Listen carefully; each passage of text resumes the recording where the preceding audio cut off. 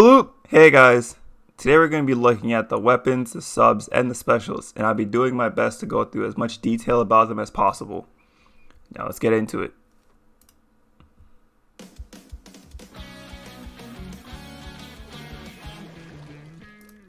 So right away we can see the bow, which we saw from the announcement trailer. We see the Splash-O-Matic, which looks like maybe a new version of the Splash-O-Matic because I don't remember this design on the back of it. We have the Undercover Umbrella and the Gloogadoolies, which, are all making a reappearance from Splatoon 2. And then here, okay, right away I can tell this is a new charger. I don't recall any design like this at the back of the charger from Splatoon 1 or 2. So this looks like a completely new charger. It might have, like a new speed in terms of the charge times and damage. So like it might be, but it looks pretty slim. So because it looks slim, I'm guessing it's going to shoot a little faster, but it also looks bulkier than like the Squiffer. So I'm assuming it might shoot a little slower than the Squiffer, but do more damage. But it also will be faster than a regular Splat charger. We can also see the 96 gal, which was shown also in the announcement trailer. This Clash Blaster doesn't look too different. It might be another version of a regular Clash Blaster. This Splat Roller seems like the regular Splat Roller, but I can also tell like some parts of it, which I may be wrong, but some parts of it do look rather different from the regular Splat Roller. Okay, let's continue. So we see the new special. Okay, my guess is that this special looks like it moves like the baller. It also looks like it'll be just as tanky as the baller was. I think the only difference between this and the baller is that you can shoot with this. It won't explode. I don't think it will explode when it's done. And movement may seem a little weird. It has that rolling, like movement in like that we saw earlier. If we go back, like right here, we can see it move like rolling. So I'm guessing that's just like its normal movement. And then when you start shooting, it expands, and then you can continue moving while you're shooting, and that's that happening. We don't see it, but I don't think it will also climb walls like how the roller does. We also don't see it, but I also don't think that it'll like explode like the baller. Sorry, I said roller. Baller does. Like when you're done with the baller, you hold ZR or R2 and it explodes and it splashes ink everywhere. I don't believe this will do that. If it does, it'll probably be when, its timer has run out, or like, when you're done using it. At the end, it might explode, or if anything, it'll probably be a small explosion. Otherwise, that seems pretty overpowered, which also goes back to my previous thought in my previous video about how I think this will be the most expensive special in terms of getting points to utilize this special. Because of how good it is. And then we see this barrier, which also I think is a sub. One reason I think it's a sub is because normally whenever you use a special in Splatoon 2 and Splatoon 1, when you use a special, your character's hair is like glowing and their eyes are like shining, right? To show like that signifies you're using a special. Here we don't see this roller doing it, but he put up the barrier. This barrier also looks like it lasts a good amount of time. I think we can actually see it. Yeah, at the very top of the barrier, this purple like blob, I guess, it looks like it's blinking. That might indicate as like a timer. Whoops, I went too far back. It looks like it indicates as a timer, as you see it blinking there. We don't see it very long, but so maybe I'm guessing that, as it starts to run out, it'll blink faster and faster, and then eventually it will go away. I also saw this at the very bottom, this like block here, which I'm also guessing that like maybe you can enter the barrier if you're on the opposing team, and then you shoot that, it'll bring it down right away. In which case, I'm a little worried that this barrier may not be the best of subs and may not be used very often because of that. Not only, the timer being signified at the top, so it's, easy for the opponent to tell when the barrier is going down, but also that, they can walk in and just shoot the block.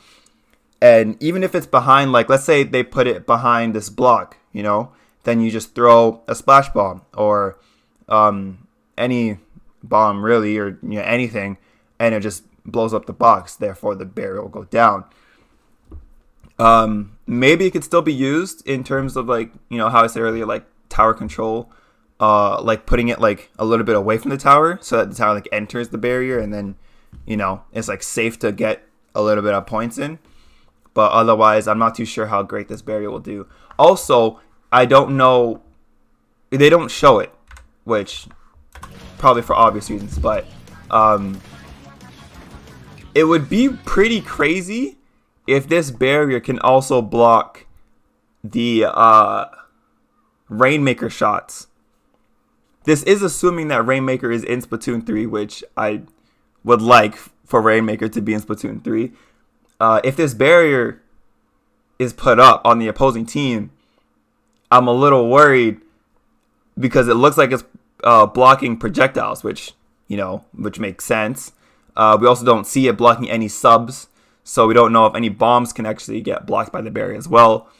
But if it blocks the Rainmaker shots, that could be pretty good for the defensive team. Like, let's say they're running out of time, you put down the barrier, and you can't really move forward unless, you walk inside. And if that happens, then, maybe it's just open fire, and you just die. So I'm thinking this barrier could see some gameplay and usage, but at the same time, I feel like in other game modes, like maybe Splat Zones or Clan Blitz, I don't see this barrier being used at all. Let's keep going. You still have your super jumps. It didn't look like he was super jumping to another Inkling, was he? Oh, he was. Yeah. It's hard to tell, but you can sort of see another Inkling right here shooting, and it looks like that's where he's going to. So yeah, you still super jump the same way. This is a really big map. Oh my goodness. Let me see this. Okay, previously in the last video, I said this looked like a sub because he still pulls out his main, which is the splatter shot, or not splatter shot, sorry, Splash-O-Matic. But now that I'm noticing it, I think this could be a special because the hair is glowing. The hair is glowing and the eyes are shining. So I'm thinking that this could be a special. If that's the case, it actually might not be as like broken as I thought it was. Because if this is a sub, right, it won't take that long for you to get it back and then just continuously doing that around the map. If this is a special, then you have to build up to it, in which case it might also be one of the cheapest ones because it only utilizes movement and maybe armor, maybe.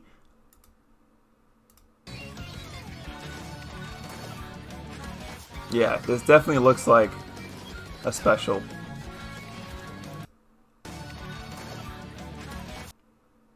Like here, here you can tell the hair is glowing,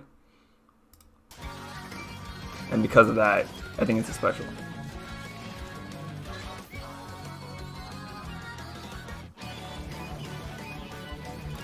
Oh, I want to go back.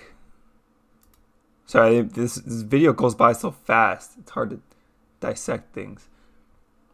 Here you see him using it. It sort of looks like the Kraken when he's like midway through and doing it. That'd be kind of crazy. I do not think that it'll be doing any damage if you were to make contact with the Inkling midway through. So I'm guessing you're just like it's just pure movement. You do seem pretty vulnerable, so I'm really hoping that you either have like really good armor so you can survive a charger shot, or you're invulnerable. But I'm very worried that if you are invulnerable, that it could be too good, because you can just get to a spot on the defensive lines and they could see you, but they can't do anything until you land, right? Which also doesn't sound broken, because, you know, once you get out of it, they just shoot you and then, you know, that's it. So I guess it has its ups and downs. Maybe, okay, with that being said, maybe it being invulnerable is not a problem, but I would prefer just a strong armor. Maybe splashdown armor, or like something like maybe like double ink armor, you know? Because you do seem very vulnerable, and it's very easy to see that you are using it. You know, if I was on the opposite team, that seems like a beacon in the sky. You know, it's very obvious. This looks like a 4K E-leader. This also looks like a... Oh, that's the bow. The Glugas.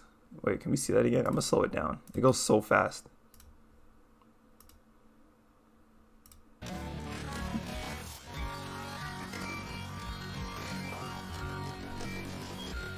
Oh, wait. That's the new charger. Sorry.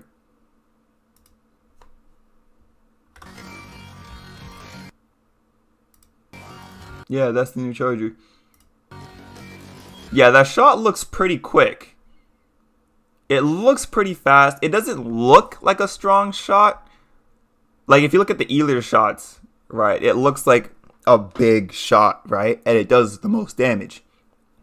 So, based off of that shot that we just saw, it looks pretty fast, but it doesn't look like a lot of damage. It just looks like maybe standard damage. So it's just probably a faster charger. It could also just be the new, like, regular charger.